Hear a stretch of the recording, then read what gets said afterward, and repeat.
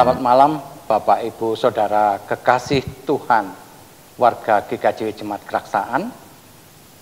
Salam sejahtera di dalam nama kasih Tuhan kita Yesus Kristus. Hari ini Rabu 24 Juni 2020 kita melaksanakan ibadah Patuen. Jika biasanya kita lakukan dengan perkunjungan ke keluarga-keluarga dan bersama keluarga kita, karena situasi dan kondisi saat ini, maka kita melaksanakannya ibadah di rumah tangga kita masing-masing. Kiranya tidak mengurangi ibadah kita, sukacita kita kepada Tuhan kita Yesus Kristus. Mari kita akan bangun ibadah Patuen.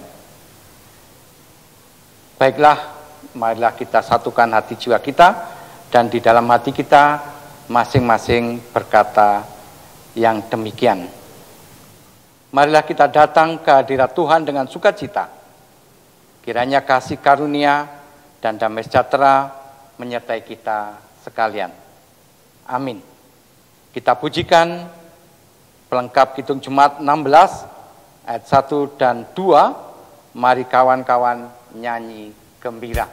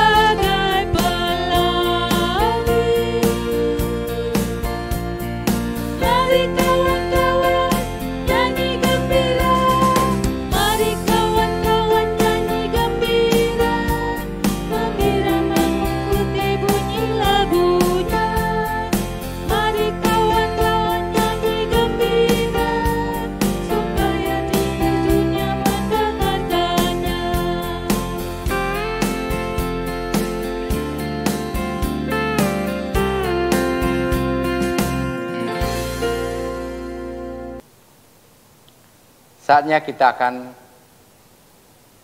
memasuki pelayanan firman Tuhan di dalam ibadah rumah tangga pada malam hari ini. Kita nanti akan membaca dari Yeremia pasal 42 ayat 18 sampai 22. Mari kita berdoa. Selamat malam Allah Bapa yang kami puja, kami puji karena pengenalan kami di dalam nama Tuhan Yesus Kristus. Perkenankan kami menaikkan pujian dan syukur Jikalau pada masa seperti ini kami boleh tetap membangun ibadah, memuliakan nama Tuhan dengan keluarga kami masing-masing. Jika sebentar kami tidak membaca, merenungkan firman Tuhan, kiranya Tuhan mengasihi kami, mengasihi Ibu Pendeta yang melayani kami, demikian juga satu persatu di antara kami. Tuhan berkati. Di dalam nama Tuhan Yesus Kristus kami merendahkan diri. Amin. Yeremia pasal 42 ayat 18 sampai 22. Saya akan bacakannya, sementara Bapak Ibu Saudara boleh membaca Alkitab masing-masing di dalam hati yang demikian. Sungguh begini firman Tuhan semesta alam, Allah Israel.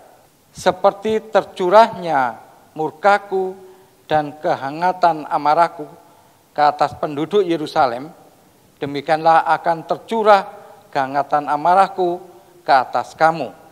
Apabila kamu pergi ke Mesir, kamu akan menjadi kutuk, kengerian, kutukan, dan aib.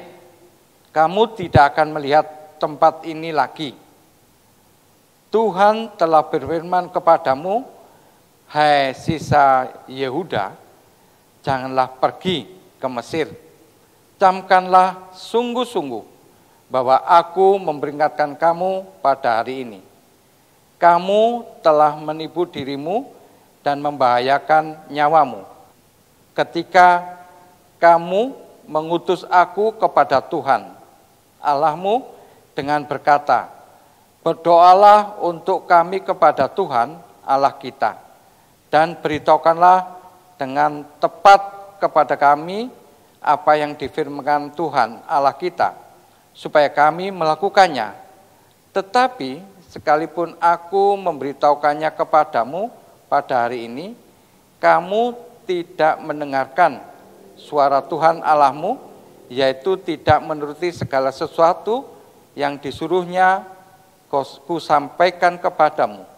Oleh sebab itu, camkanlah sungguh-sungguh bahwa kamu akan mati karena pedang, kelaparan, dan penyakit sampar di tempat yang kamu rindukan untuk tinggal sebagai orang asing di sana. Amin. Saudara-saudara yang terkasih, malam ini kita bersama akan merenungkan dari Yeremia 42 ayat 18 sampai dengan 22. Saudara, saat kita berkendara di jalan raya, tentu kita menemui rambu-rambu lalu lintas yang dipasang di pinggir jalan. Kita tahu rambu-rambu itu tidak hanya sekedar dipasang, tetapi rambu-rambu itu memberikan peringatan supaya orang-orang yang berkendara itu tertib dan tidak celaka. Saudara yang dikasihi Tuhan, jika para pengguna jalan itu taat, maka mereka akan aman dan selamat. Tetapi jika ada yang tidak taat rambu-rambu lalu lintas, ada yang tidak tertib dalam berkendara, bisa jadi akan membahayakan dirinya sendiri dan juga membahayakan orang lain. Saudara, bacaan kita hari ini menceritakan bahwa bangsa Israel pernah tidak taat kepada Tuhan. Bagaimana ceritanya? Mari kita pelajari bersama-sama. Setelah bangsa Israel jatuh ke tangan Babel, masih ada orang-orang yang ditinggal di Israel yang dipimpin oleh Gedalia. Dan setelah Gedalia, gubernur Yudea yang diangkat oleh kerajaan Babel itu mati dibunuh, bangsa Israel yang tertinggal itu takut. Takut jika mereka akan mendapatkan pembalasan dari Babel. Karena itu mereka berusaha mencari kehendak Allah melalui Nabi Yeremia. Tetapi sebenarnya sebelum mereka datang ke Nabi Yeremia, mereka sudah memiliki satu rencana, bahwa mereka memutuskan akan lari ke Mesir supaya mereka tidak mendapat pembalasan dari Babel. Mereka datang ke Yeremia hanya sekedar ingin mendengarkan firman Allah. Apakah Allah akan mendukung keputusan mereka atau tidak? Dan dalam Yeremia 42 ayat 10 dituliskan jawaban Allah adalah supaya mereka tinggal tetap di negeri ini. Mereka tinggal tetap di negeri Yudea. Tetapi para pemimpin Israel menolak firman Allah yang disampaikan melalui Yeremia tersebut. Dan mereka tetap menuruti keinginannya sendiri, melakukan rencananya, dengan tetap melarikan diri ke Mesir. Dan bahkan sambil membawa Yeremia yang sebenarnya tidak bersedia ikut. Itu nanti bisa kita lihat dalam Yeremia 43 ayat 1-7. Saudara yang dikasihi Tuhan, jawaban Allah yang diberikan melalui Yeremia itu membutuhkan suatu proses. 10 hari Yeremia berdoa dan baru menerima jawaban Allah. Ayat 7 menuliskan, hal ini sebenarnya mengingatkan kepada kita semua, agar kita senantiasa bersabar dengan proses kehidupan kita. Karena pasti Allah akan memberikan jawaban tepat pada saatnya. Dan jawaban dari Allah ini sangat jelas sekali, yaitu mereka harus tetap tinggal di Yehuda. Mereka tidak usah takut dengan Raja Babel, karena Allah akan memulihkan keadaan mereka. Dan Allah akan menyesal karena telah mendatangkan malapetaka bagi mereka. Indah sekali bukan jawaban Allah, rencana Allah, janji Allah bagi mereka. Jika mereka mau taat kepada Allah dan tetap tinggal di tanah Yehuda, maka Allah akan menyelamatkan mereka. Yeremia 42 ayat 10 sampai dengan 12. Akan tetapi jika mereka tidak taat kepada Allah dan mereka tetap pergi ke Mesir, maka mereka akan menderita. Mereka akan mendapatkan malapetaka di sana.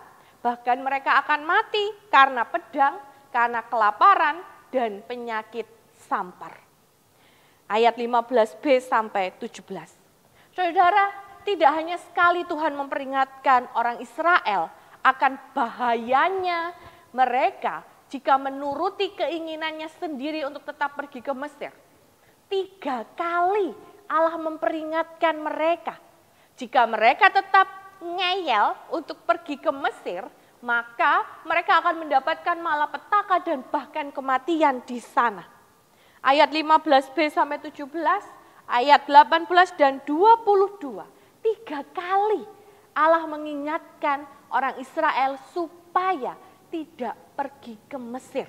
Karena mereka akan mendapat malapetaka di sana. Saudara, hal ini menunjukkan bahwa Allah tidak main-main dengan apa yang dilakukannya dan dengan apa yang dijanjikannya. Allah juga sebenarnya tidak menegakkan manusia. Allah tidak ingin manusia celaka. Sehingga Allah memberikan peringatan berkali-kali kepada bangsa Israel. Supaya mereka tidak pergi ke Mesir. Supaya mereka tetap di tanah Yehuda. Akan tetapi apa yang terjadi? Walaupun sudah 3 kali diperingatkan, para pemimpin Yehuda yang tersisa itu tetap pada pendiriannya. Tetap ngeyel. Karena mereka sudah memiliki keputusan untuk pergi ke Mesir. Mereka tidak taat, mereka tidak mendengarkan jawaban Allah. Karena mereka sudah memiliki keinginannya sendiri. Mereka tetap pergi ke Mesir. Mereka berharap ada kehidupan baru yang lebih baik dan jauh dari ancaman Babel di sana. Akan tetapi seperti apa yang telah diperingatkan oleh Allah kepada mereka? Bukannya kesejahteraan yang didapatkan, tetapi malapetaka yang mereka dapatkan. Jawaban Allah kepada orang-orang Yehuda ini memberikan gambaran kepada manusia. Taat kepada Allah akan mendatangkan berkat. Tidak taat kepada Allah akan menerima hukuman atau konsekuensi dari ketidaktaatan itu.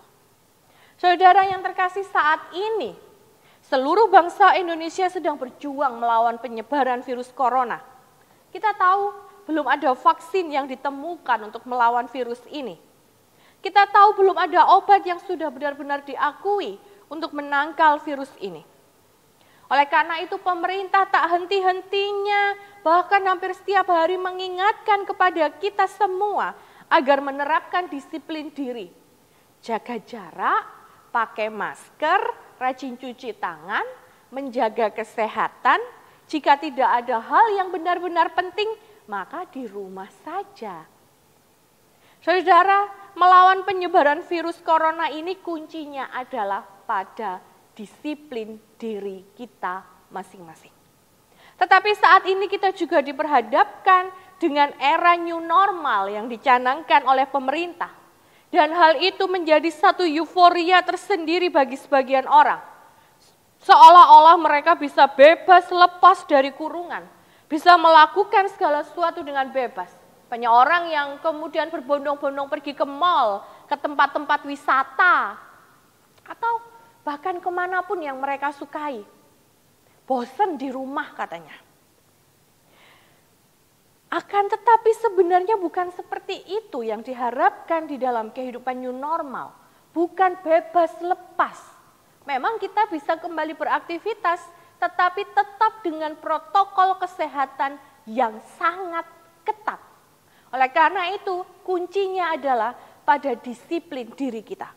Saudara, new normal ini juga menjadikan sebagian orang Kristen tak luput dari euforia. Kerinduan untuk bersama saudara-saudara dalam persekutuan, kerinduan untuk kembali beribadah di gereja benar-benar membuncah. Sehingga menjadikan sebagian orang Kristen berharap bahwa gereja segera dibuka untuk beribadah bersama. Akan tetapi kita tetap diingatkan apa yang menjadi himbauan pemerintah. Kita diingatkan jangan terlalu beryuforia dengan diksi new normal. Sehingga lalu menuntut segera kembali beribadah bersama di gereja. Disinilah kita diajak untuk terus-menerus belajar taat. Karena ketaatan itu akan mendatangkan berkat. Taat kepada pemerintah, kepada himbauan dan anjuran pemerintah. Gereja-gereja mulai menata diri, iya, untuk mempersiapkan segala sesuatunya. Tetapi untuk kembali beribadah tentu tidak secepatnya. Karena ada banyak hal yang perlu benar-benar disiapkan. Tidak hanya sekedar melengkapi sarana prasarana, tidak hanya sekedar memenuhi protokol kesehatan, tetapi juga harus memikirkan kreativitas dan inovasi ibadah yang aman bagi semua. Juga harus memperhatikan tingkat penyebaran corona di lingkungan sekitar rumah ibadah. Dan yang paling penting adalah meyakinkan akan kedisiplinan diri, baik para pelayan jemaat, baik kedisiplinan diri warga jemaat, dan juga kedisiplinan diri orang-orang yang ada di sekitarnya. Saat kita ngeyel, bisa jadi seperti saat melanggar rambu lalu lintas tadi. Bisa membahayakan diri sendiri dan orang lain. Padahal kita ingat, gereja dipanggil untuk hadir, untuk benar-benar merawat dan menjaga kehidupan. Gereja dipanggil hadir untuk merawat dan menjaga kehidupan. Kehadiran gereja memberikan pengharapan akan kehadiran Kristus, bukannya malah membawa malapetaka dan bahkan kematian. Oleh karena itu berkaca dari kehidupan bangsa Yehuda dalam kitab Yeremia ini, mari kita tetap bersabar sejenak menanti jawaban Allah untuk bangsa dan dunia ini. Bersabar sejenak untuk tetap beribadah bersama keluarga di rumah, sambil semakin menguatkan hubungan dan komunikasi antar keluarga, sehingga menjadi keluarga yang solid serta menjadi berkat bagi sesama. Mendoakan para pelayan gereja yang mulai menata segala sesuatunya supaya bisa menjadi lebih baik lagi. Supaya jika nanti ibadah di gereja akan dimulai lagi, benar-benar akan membawa pengharapan dan merawat kehidupan. Saudara, kita diingatkan saat ini untuk benar-benar tetap taat kepada himbauan, kepada anjuran pemerintah, agar kita mendapat kesehatan dan keselamatan, baik untuk diri kita sendiri maupun untuk sesama. Sehingga pada saatnya nanti, saat kita dapat kembali bertemu, kita dapat kembali berkumpul dengan saudara-saudara yang kita rindukan, kita berkumpul dalam kondisi sehat. Tetaplah taat agar mendapat berkat, dan saudara juga menjadi berkat bagi sesama. Tuhan memberkati kita semua, tetap sabar dan tetap taat untuk menjaga disiplin diri. Tuhan menyertai. Amin.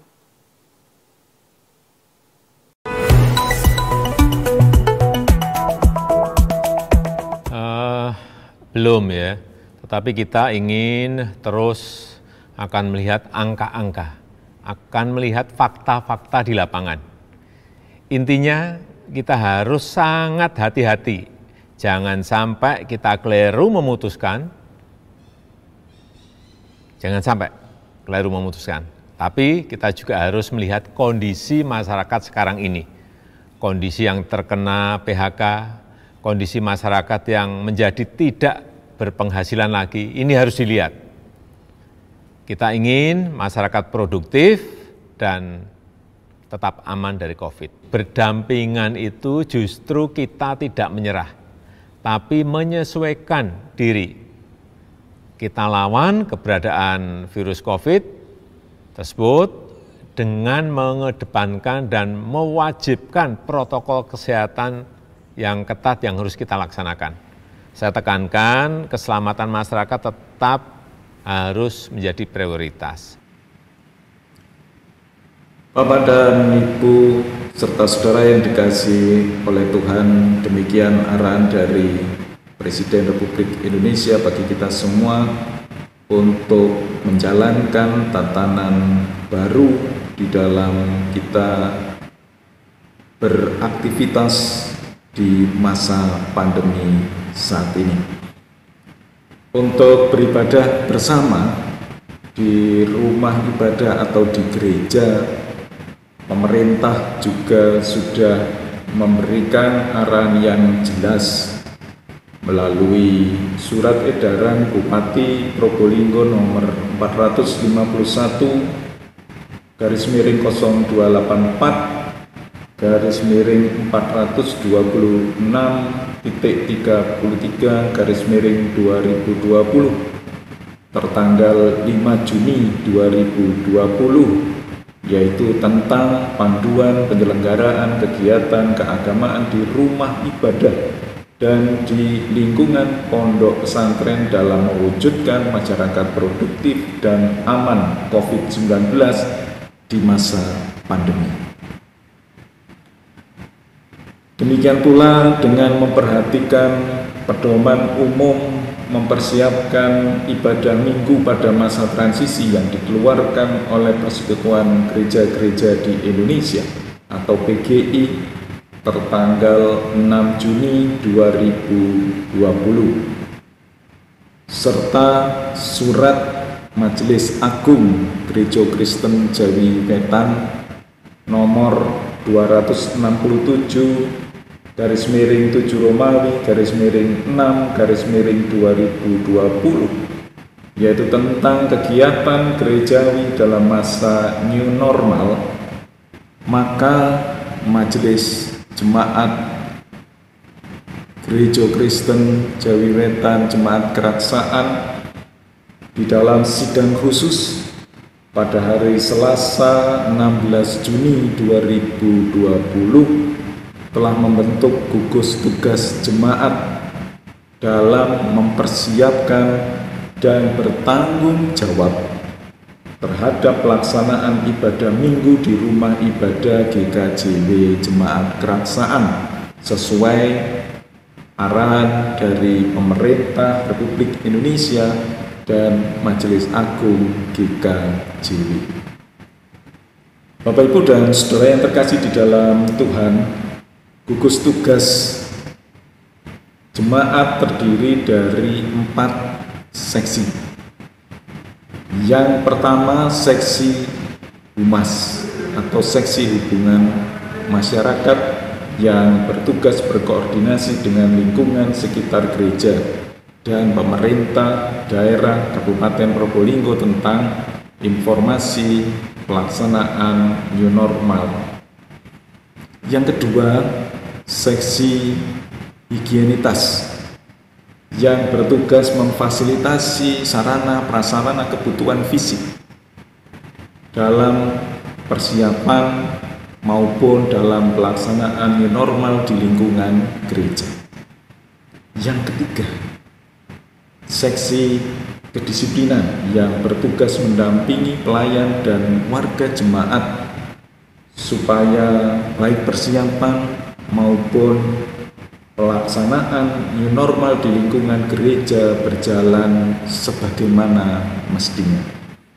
Dan seksi 4 yaitu seksi sosialisasi, bertugas menyampaikan berbagai hal yang diperlukan oleh warga jemaat dalam mempersiapkan diri, mempersiapkan hati dan mempersiapkan pikiran untuk memasuki tatanan baru atau new normal dalam beribadah kepada Tuhan. Dan akhirnya Bapak, Ibu, dan Saudara tetap semangat di dalam iman kepada Tuhan di masa pandemi ini. Tetap sehat, tetap bersukacita di dalam hidup yang dianugerahkan oleh Tuhan. Karena ingat bahwa Tuhan Yesus sudah berjanji untuk menyertai kita selama-lamanya. Amin.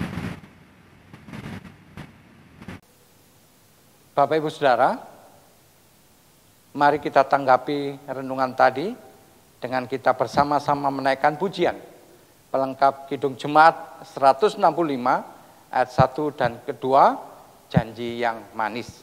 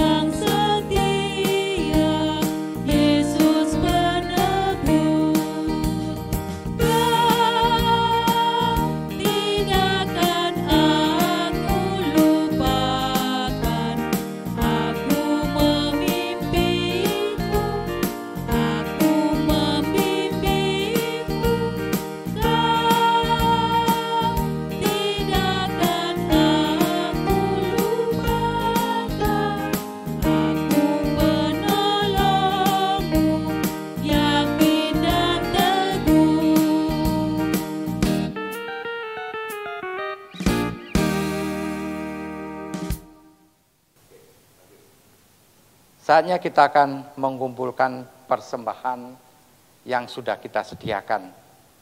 Persembahan akan dikumpulkan dalam amplop yang ditulis sebagai persembahan ibadah Rabu tanggal 24 Juni 2020, lalu dikumpulkan kepada majelis kelompok yang ditunjuk atau di kantor gereja saat jam buka kantor. Pelengkap Kidung Jemaat 200 kita nyanyikan Ku Diubahnya.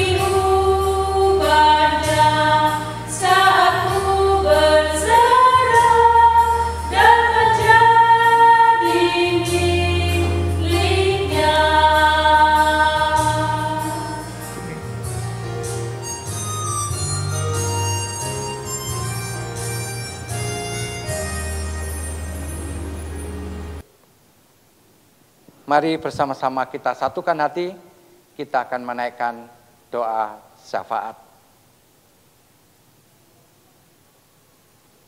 Selamat malam ya Bapa, perkenankan kami menaikkan pujian dan syukur karena pada malam hari ini kami masih diberi kesempatan di tengah-tengah kesibukan kami, di tengah-tengah penghidupan kami merendahkan diri membangun ibadah keluarga bersama keluarga kami masing-masing. Kami menaikkan syukur, semua itu karena kasih Tuhan semata bagi kami. Kami berdoa bagi bangsa kami yang sedang menghadapi wabah COVID-19 saat ini, biarlah dapat segera teratasi dan pulih kembali dengan baik. Semua warga dapat kembali beraktivitas seperti sedia kala. Anak-anak bersekolah, jemaat boleh beribadah, dan orang dewasa boleh bekerja kembali bersama-sama untuk memuliakan nama Tuhan. Demikian juga kami berdoa bagi seluruh pemimpin kami, demikian juga para medis, tenaga medis yang sedang menangani pasien COVID-19.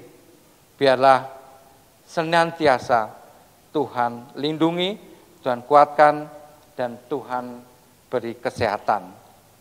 Demikian juga saat ini, malam hari ini, kami berdoa bagi warga yang sakit, Tuhan boleh melawat mereka, Tuhan boleh kesembuhan, memberikan penghiburan, sehingga mereka tetap bersuka cita, dan akhirnya sukacita itu membawa bahagia bagi mereka.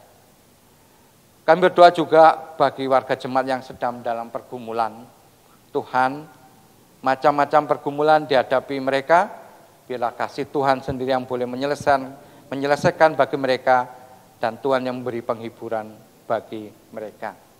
Anak-anak yang sedang sekolah, yang juga merindukan teman-temannya di sekolah, bagaimana riuh rendah, sukacita bersama temannya, bersama guru-gurunya.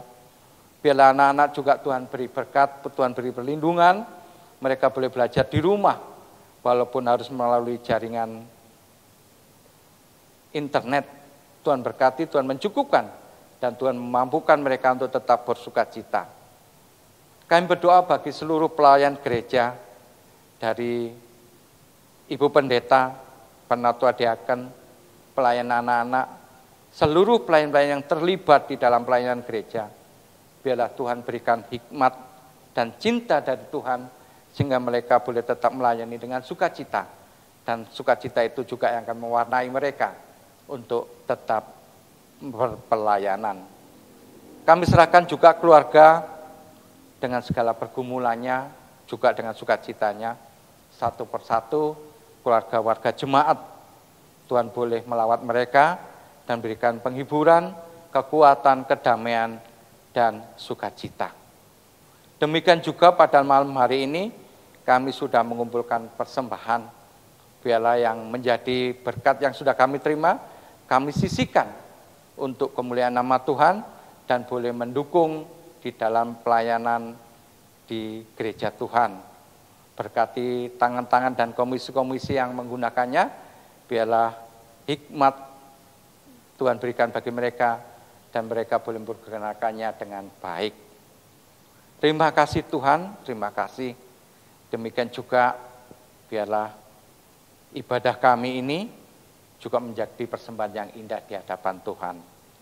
Biarlah semua doa kami naikkan di dalam nama kekasih jiwa kami, Tuhan Yesus Kristus, yang sudah mengajar kami berdoa yang demikian. Bapa kami yang di surga, dikuduskanlah namamu, datanglah kerajaanmu, jadilah kehendak-Mu di bumi seperti di surga. Berikanlah kami pada hari ini makanan kami yang secukupnya, dan ampunilah kami akan kesalahan kami, seperti kami juga mengampuni orang yang bersalah kepada kami. Dan janganlah membawa kami ke dalam pencobaan, tetapi lepaskanlah kami daripada yang jahat, karena Engkau-lah yang punya kerajaan, kuasa dan kemuliaan sampai selama-lamanya. Amin. Bapak Ibu Saudara yang terkasih di dalam nama Tuhan, kita akan mengakhiri ibadah keluarga pada malam hari ini. Kita akan menutupnya dengan pujian pelengkap Kidung Jemaat 267, Damai yang di Dunia.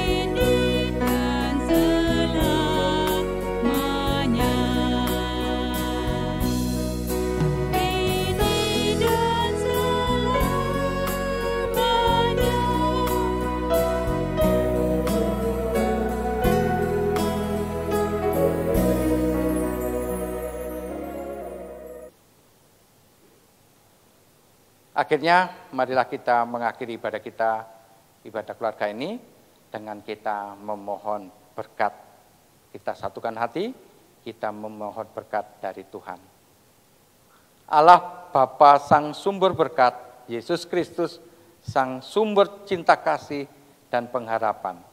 Roh Kudus dengan kuasanya menyertai kita, keluarga kita, jemaat kita, menyertai bangsa kita, mulai saat ini sampai selama-lamanya.